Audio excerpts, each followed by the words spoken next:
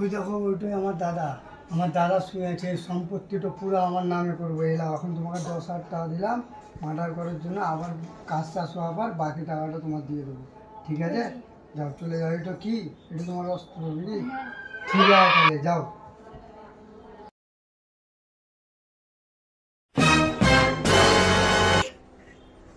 কে তুমি? কে বলো তো, এখনো চিনতে পারলাম না আমি। কে তুমি?